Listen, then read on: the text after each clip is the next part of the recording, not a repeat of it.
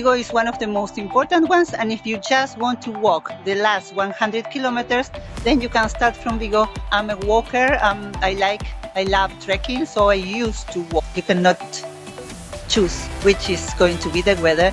You just have to walk and have to arrive to Santiago de Compostela. If it rains, it rains. That everybody can find a relationship on the Camino de Santiago, because you can easily relation Camino de Santiago to life. You coming from the Camino to understand it as a lesson, apart from an experience, because it's a different way to travel. You know, you are not watching the landscape. Hello, Pilgrims. Welcome to the Way to Your Way podcast. Today we have with us a special guest. Her name is Gabriela García. She works helping tourists in the Camino de Santiago. And today she's with us on the Vigo, and she's going to explain more about that. So welcome, Gabriela. How are you doing today? I'm great. Today is a great day here in the Ria de Vigo. We have a fantastic day to walk, but today I'm sharing my time with you. Okay, thank you very much for that. And tell us about where you are located in Vigo. What Vigo means for the Camino de Santiago? Vigo is one of the main spots on the coastal Portuguese way. So you can start your Camino from Vigo, for example, but you can also start it from other places which are a bit further. For example, from Bayona or from Oia or even from Porto, even from Lisbon. Yes, this means that you will walk much longer.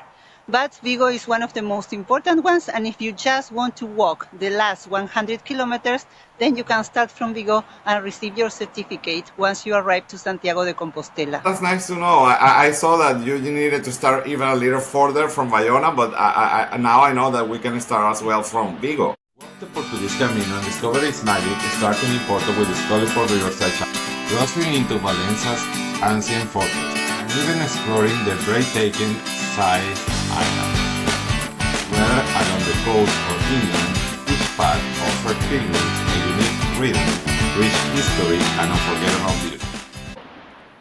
Yeah, Vigo is exactly 100. So the most of the people, they prefer to start in Bayona, not to arrive just with the exact amount, but with a bit more. But if you want to do it, yes, you can. Okay. And tell me something else. For how long have you been walking the Camino de Santiago and helping tourists around the world? Since 2018. Just stopping in the middle with the COVID hit. You know, this was for everybody. But since 2018, I was walking the Camino de Santiago, helping, guiding, supporting, giving support to tourists and to pilgrims arriving there. Okay, so and then for since you started in 2018, so helping people in the Camino de Santiago, and what made you to do that step?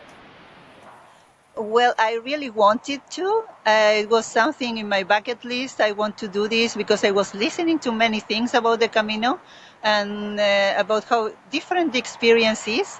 And then one day I saw an agency calling recruiting guides, and I answered to that request, and in the moment they called me and they told me, okay, can you do this? Yes, I can. It's in English, and I thought, okay, it's okay for me. But it was my first guiding in English, not only the first Camino for pilgrims that I did, but also the first Camino. I'm a walker. I love trekking, so I used to walk. Okay. So it was not a physical issue, a physical challenge. It was more a different kind of challenge. To organize the group, walking the Camino, and to being the guide, because when you walk on your own, it's just you that you have to think about. But when you walk with the group, it's not just guiding them. You are supporting a group on the Camino. So it was such a challenge, to be honest, the first one. Yeah. Okay. And what do you remember about that first Camino that you walked? I remember how nervous I was on the first briefing.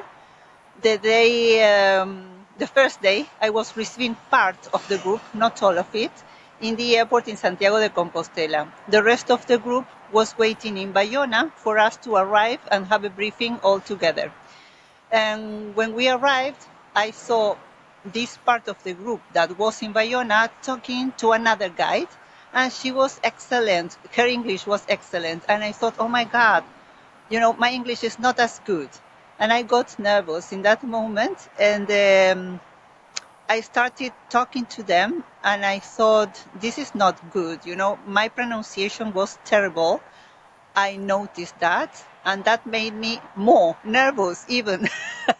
So I stopped in the moment. I remember to look down, breathe, and tell them, okay, you know what? This is my first guiding group in English. I'm a bit nervous, but I promise I will do my best. I will do it as best as I can. And it worked. They were very supportive with me this day. Now nobody said a word about this. And 2 days later, when stopping in Pontevedra, there was a family, father, daughter, and a friend walking. The three of them were walking together and part of my group. And they came to me and told me, you know what? You are doing great, fantastic. Wow. We love you. And it was, such a relief for me. This is what I remember the most. And it was a fantastic group. The most of them, they were Americans and Canadians. And it's one of the best memories of all my career as a guide. Okay, well, that's a super nice experience that you have that when you have your first work with tourists from the US and Canada. And that's great. And then, so here you are, 6 years after that happened. You mentioned that was 2018, and you're doing great. So today we're having this interview in English, and you are talking very, very good. So thank you for that. Thank you. Okay, and so now that you mentioned Pontevedra is another stop from the Camino Portuguese, and what you can tell us about Pontevedra? Pontevedra is, to start, the capital of the province. This is the Pontevedra province. And Pontevedra is also the capital city, but it's one of the most ancient cities that we have in the area. So it was founded by the Romans, but there is another legendary foundation of the city that it comes back to 1,200 years before Christ. So it has a lot of history. The city is beautiful because the old quarter has been taken as it was. So you can see old stone buildings, very nice ones. And this is what people in general like the most of the city of Pontevedra, how the layout of the old quarter and the tapas. Because they have many, many bars and restaurants, as usual in Galicia and as usual in Spain. But the ambience in Pontevedra is really nice. I mean, authentic. Okay. And what about the food? What do you recommend for people to eat, people that visit the Camino de Santiago, the Portuguese Camino? Well, in Galicia, there are like two main things to eat. Two main groups, let's say fish and shellfish and pork. Okay. So it depends on if people they live on the coast or if people they live inland. These were the most traditional dishes. Nowadays, even if you live inland, you eat fish and you eat seafood. And even if you live on the coast, you eat pork, for example. But so on the coastal, for example, octopus a feira. The traditional pulpo a feira, octopus a feira, which is the feiry style.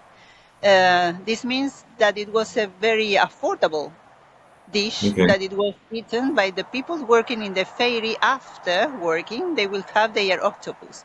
Nowadays, it's getting a bit more expensive, but even affordable and very, very nice. Galician cuisine is very simple because of the product. because of the great quality of the product here. So we don't cover our meals with many sauces or with many dressings. It's just octopus in this case with some olive oil, some paprika and salt. That's it. And it's delicious. So this will be my first suggestion. But we have a wonderful variety of seafood and good Okay. fish that you can also taste. Okay, that's really good. So another question: how about the weather? How looks the weather during the year? During a year, how's the weather on that area of the Portuguese Camino? In general, it's mild weather, very nice weather. But for example, in fall and winter, it's a bit more rainy. I will say Mhm. rainy. That's why it's green. This is Okay. our excuse. Yes, it's rainy and it's green. So if you walk here in fall and winter, then you have to be prepared with proper shoes, with proper clothes. But that's all. In general, we don't have storms. It's just Okay. rain. It's water falling down, more or less. Okay. Okay. And what about walking during the fall? It's one of the best moments to do it. To do the Camino, it's one of the best moments. It can happen as much as you get proper shoes. I mean, waterproof shoes and clothes as well. Then we walk. I mean, we don't stop because it's raining. We continue walking. And the spring is the same as well. Uh, in spring, I will say that you have less probabilities, but it's a matter of luck. Even in summer, it can rain. It can rain on your Camino. So it's a matter of good luck and a bit of probabilities. In fall and winter, you have more probabilities. It doesn't mean that it's going to rain. I did a Camino in November. When I saw Okay. the forecast, it was going to be rainy every day. It just rained and a little bit one day, one day in late November. Then Okay. last year, I did a Camino in early October. Early October is a good moment to do it with some probabilities of raining. Last year, it rained the 6 days in early October. So as you can see, it depends on your good luck. And I will say, this is like life, you cannot choose this. You cannot choose which is going to be the weather. You just have to walk and have to arrive to Santiago de Compostela. If it rains, it rains. Yeah. It's like that, and you just need to be prepared. Yeah, this is my philosophy, You came here to do this, we are going to do it. And if it rains, as in life. Correct. There are too many challenges in life too. So, and this is the nice things about the Camino is that so much an experience for the person who is doing that Camino. It's like encounter with themselves. Yes. Okay, so then the other thing that with all that experience, all those Caminos that you have walked since 2018 to now, do you know how many Caminos have you walked? I'm not sure. I think 31, but I'm not Okay. sure. And this is Okay. because I started keeping all the Compostelas, all the certificates, but then I stopped. Okay. And what I do have is the most of the passports, but they are Okay. not all together in the same place, so I have no Okay. no opportunity to count them. I think 31. Wow, that's a lot. That's a lot. And have you done different Caminos or have been just the Portuguese Camino? I have done the coastal Portuguese, the central Portuguese, and the most that I have done is the French because it's the most popular one. Okay. So the French Camino, yeah. Okay. And all those three are the main Caminos. They're the one that the majority of people walk. And then, so for the longest distance that you walk, do you remember? Yes, 32 in a day. I mean, 32 kilometers in a day. And that was because the hotel, the accommodation that we had, it was a bit further than the stop. I mean, the official stop. So we had to walk until we found the accommodation. That was 32 in a day.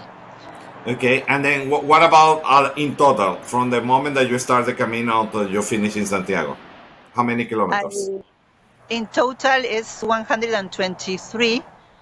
So Okay. that's a bit more than the minimum. I've never done the whole of it. I mean, what we nowadays consider the whole of it, from the Pyrenees, let's say, yes, Okay. the one from the Pyrenees. But I used to say, if I count all the Caminos I did it 3 times. Yeah, that's right. Because I believe there is 780 kilometers, something like that, from San Jean Pied de Port. Yeah, it's 790. Yeah. Okay. Yeah. Because 780 is closer to Spain, so that's a little further, probably 10 kilometers more from there Yeah. to San Jean Pied de Port. Yes. So well, that's nice. And then, do you know how many people have you helped in the Camino? No, I don't know that because I had like different group sizes. I don't accept more than 20. Okay. It is like the match I can accept. Normally it's 16 people, 16, 18 people. That's okay for a guide. I mean, for just one guide. If you go with 2 guides or more, then it's okay to bring a larger group because we cannot, support you in a good way if you are more. And the smaller group that I had, it was one. I just guided one person. Also, private tour. Yeah, that was a private tour to Santiago de Compostela. So the minimum was one person for me, and the maximum, let's say 45, but we were 3 guides. Okay. So Wow. I don't know exactly how many people. That's a long group. And then I understand that you are official guide from Galicia, right? Yeah, I'm a licensed guide, yes. Okay, that's really good to know. And tell me a little more about an experience with one of those groups that you have helped. How that work during the morning, then in the afternoon with the walk. So, what is the day like? It depends a little bit on the group and if they come all together. I mean, if the group belongs to the same association or, I mean, people knowing themselves before arriving or coming to the Camino because they know each other, or if they come on their own way. And then I have 3 people here, 2 here, and 3 others, from different places. So it depends a little bit on how they come. I try to gather them. I think I'm a bit Latin, in that way. And I try to gather people and try to keep them together, but I don't force that. I push them. I don't force that because I don't like to force people if they don't want to, because they want to do their own thing. It's okay. It's their Camino, and they have right to decide which kind of Camino they want. So in general, I try to. What I try to do is to gather them around the table. This is what we Latin people do around a meal, for example. So if we are walking together because they know from each other, so what I try is that we walk about together, because in general we have different paces, so if you have 40 people and some of them are faster and they are more trained and they have been hiking and walking, so they will go faster. But maybe some other people, they wanted to join and they are not as trained, they are not as fast as the first group. So I try to keep them about in the same area, but if they cannot, it's the same. I don't force people to go slow, except the agency asks me to do that. If not, if it's my decision, I don't do that. So I try to gather them in the stop, at dinner, for example, in the briefing, to share time together, to share experiences. what was the day for you today, what it means for you, if you want to share it. I don't like to force people, just to push them, you know. If you want to share your experience, you will. But if you don't want to, it's okay to have privacy. Yeah, absolutely. Yeah. And with all that people that you have helped, I imagine that there have been different histories from different people that you have been walking those caminos. Any memory that you can recall that say, well, this person say something amazing, or the experience that person lived was something spectacular. Anything that you can recall right now? Yes, many. I have many stories, but I will go back again to my first Camino. Okay. In the first Camino, I had a lady, and despite I told them on the first briefing, don't wear new socks, socks it's okay. Don't wear new shoes, you know. She wore new insoles. At the end of the first day, at the end of the first leg, she had many blisters, many. Okay. And it was very painful. Fortunately, one of the ladies working in the group, she was a doctor. Okay. So she was giving her the proper support, much better than the one that I can give these kind of people, because she was a doctor, I'm a guide, and Okay. but she wanted to do it. So every day we were arriving about 2 hours later to the end of the leg. That meant the group was there, for example, at 2 o'clock. We will be arriving at 4 o'clock. Okay. Tired because she was really slow and using crutches, but she did it. And I asked her in many occasions, are you sure you want to finish? Are you sure you want to continue? If you want, I will support you. But if not, please have the confidence to tell me. Yeah. And she did it. And I think it was, for me, it was such a revelation, you know, when you want to do something, even things are not in good conditions for you, even if it's not the best moment, you will do it. And she did it. And I think it's one of the nicer experiences I have in my heart. And yeah, but there are many others. For example, last year I had a lady of 73, and she walked the whole Camino. And she was the oldest one that I had in my groups. It doesn't mean that she was the older one that walked the Camino, because there are older people. But in my Camino, so I gave her a special reward, a special gift, in front of the group, of course. I don't like to make differences, but in this case, I think she deserved it. Yeah. Yeah. And one of the nicest thing about the Camino, and since I've been involved, I mean more than a year already walking in things related to the Camino de Santiago, is that when you're doing the Camino and you want to accomplish that goal, it's something that is inside the person, and that person talk about that like they wanted to do that, and they wanted to live that, and they wanted to enjoy, and then they wanted to tell other people about their experience in the Camino. That's super nice, a thing that happened with the Camino. And then talking about Santiago specifically, when you arrive to Santiago, anything that the pilgrims that you have been walking with, how are their faces when that happens, when they are in front of the cathedral? They are different because we move in different ways, but you can feel how moved they are, even to me. I have done this many times, and I'm working in general. I'm doing this as a work. This is my job.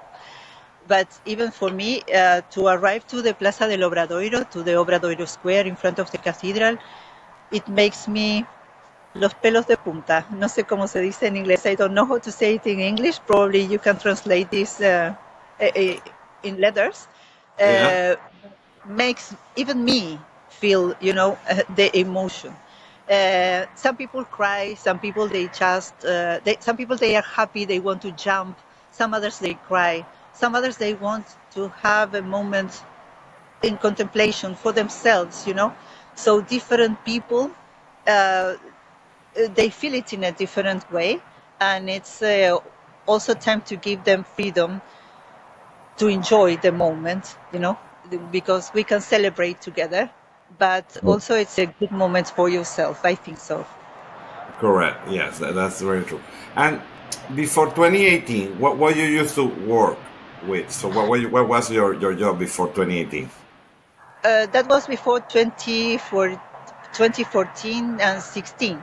2016, I started to be a tour guide, not doing Okay. the Camino de Santiago, but to work as a tour guide.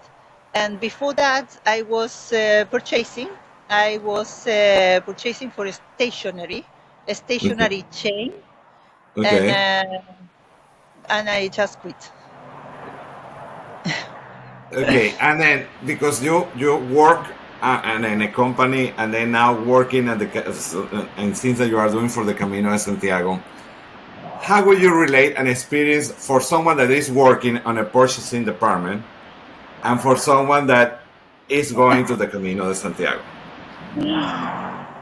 I mean, how to relate it? I think it's for me. It was to look for something different. That's my story. Okay. But I think that everybody can find a relationship on the Camino de Santiago, because you can easily relation Camino de Santiago to life. There are ups, there are downs, there are good views, but sometimes it's dark, sometimes it's cold and you are tired.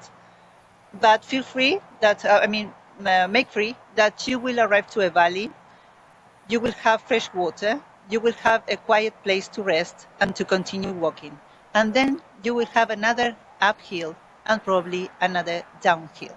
So it's easy to relate this with life, to relate the Camino with life.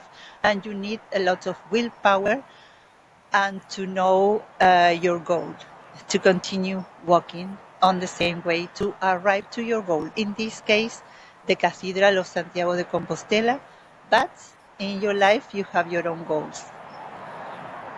Correct. That's excellent answer, and I will say as well that everything that you accomplish with those up and down hills, you will, through life happen as well. And then one of those places through life is your work place, and then the spirit, the motivation that you have, and because you live the experience of the Camino de Santiago, then you can translate that when you return back to your work, and then help your team that work with you every day. It's such a lesson. I think it's a big lesson. I think this is what it changes you coming from the Camino to understand it as a lesson apart from an experience, because it's a different way to travel. You are not watching the landscape. You are part of the landscape. You are walking in it. It's slow travel. You can listen to the birds. You can see local people because you are walking in front of their homes. I mean, it's much more a deep experience to walk on a place than to just stroll it on a coach, or which is okay. Yes, I like to do that as well, but it's a very, very different kind of traveling, and it's such a lesson. Yeah, I recommend this to everyone to do it at least once in a lifetime. Okay. And talking about people that go to the Camino, what would you say that is for kids, for example? What would be the age what would be the minimum age to walk a Camino 128 kilometers? What would you say that is the recommended age? I don't know if I'm the proper person Okay. to do this, but I will say maybe from 12 Okay. and train it, because if now children, they don't do as much sport maybe as they did in the past, and they don't walk or run as much. So if they do that, it's okay. I mean, they have the energy much more than us, probably. They Yeah. have the energy. but they need some training because you are going to be walking for about 6 hours a day. Okay. And that could be tiring. It depends on the children, I think. Yeah. And you mentioned that on your group, the oldest person I believe that you have had is 73 years old, correct? Yeah. Okay, but I have seen people that is even older than that. I've been seeing 84. I knowing that even 90 years old have walked the Camino. Of course, at that time you have to have excellent conditions to do an experience like the Camino. But it's a And maybe variety do of less. people. Yeah, maybe do less. I know that people of 80 or something, they did it, but instead of walking, for example, 20 or 25, sometimes they decide to walk maybe 12 or 15K a day, kilometers a day, and it's not the same. Yeah, it's different because it's going to take longer because instead of maybe 5 or 6 days, they will need maybe 10. Yes, Okay. but they will finish it. If they have the time and the money to do that, I think it's a good advice. Okay. Yeah, and also it's important if you feel any concern that if you can do the Camino or no, to ask to a health provider, or healthcare provider, to see what do they say. Oh, this is something that you can do, or this is something that we do not recommend that you do it. When people ask me, do you think that I can do it? Or they say I cannot do it. I say, yes, you can. All you have to do is to train. Yeah. I mean, in general, yes, in general, the most of the people can do it, at least the last 100. What you have to do is to train, because if you train, you will enjoy the Camino and you will not suffer it. Yeah. You will not be thinking, when are we going to arrive, like children, how much? No, enjoy it because it's amazing what you have around. If you Yeah. train, you have more opportunities because, you are more relaxed. You are going to be tired. Don't expect not to be tired. You're going to be tired because you're walking 20 kilometers a day. On the next day, as much as you rest, as much as you stretch, as much as you have a nice breakfast, you are going to be great to start again. This is Yeah. this is my experience. You are totally right, Gabriela. And then, to finish this episode today, that has been fantastic. Can you show us a little bit where you are? Can you turn the camera and show and explain a little bit what you wanted to show us? I don't know how much you can see. This is the estuary. We call it Ria, the estuary of Vigo, which is not exactly a bay, yes, as you can see, but this is seawater. So it's not fresh water. It's not a lagoon. It looks like a lagoon or a lake, but it's seawater. It's an Okay. estuary. And there are some things like floating. I don't know if you can see them because they are a bit far away. But we Okay. have sea farms, many sea farms, more than 400 sea farms providing, in general, the most of them providing mussels. We breed mussels in those Okay. sea farms. There's also oysters that you can also try in Vigo. If you stop in Vigo, you can have oysters. We have an oyster street, and this is a very recommended place, very recommended spot to consider. Okay. Okay. Thank you for showing all of that. And then the last question that I have for you: Vigo have international airport, right? No, well, international, but not overseas. I mean, it's international, but flights are arriving from other countries in the continent, in Europe. So, but then those countries in Europe are France and England are some of them. Yeah, and Ireland, yes. And Okay. Canary Islands, which is in front of Africa. So, I mean, I think it's because, I don't know about this, but I think it's because the size of the planes, We don't have a proper place for big airplanes, like the Okay. ones coming, for example, from America. But Okay. maybe the closer one that we have is international in that way, overseas. It's Porto, Okay. or Madrid, or Lisbon. Okay. And Yeah. what about the Santiago airport? The Santiago airport is also big or no? Uh, the size is, I think it's similar. They receive more flights. Okay. Uh, but in general, they are continental flights. Okay, understand. They are not sure Okay, that they are receiving overseas. No. When I travel to America, I have to go to Madrid or to Barcelona. okay. So good to know. Good information. Okay. Well, thank you, Gabriela, for your time today and showing all or telling all about your experiences in the Camino de Santiago. And for you, pilgrims, keep watching our YouTube channel. Keep liking and keep asking questions about what you would like to see on future episodes. And we're going to be take those into consideration. So thank you very much again. And I hope that everyone have a beautiful day today. And buen camino. Thank you very much, and hope I will keep waiting here for you. Buen camino.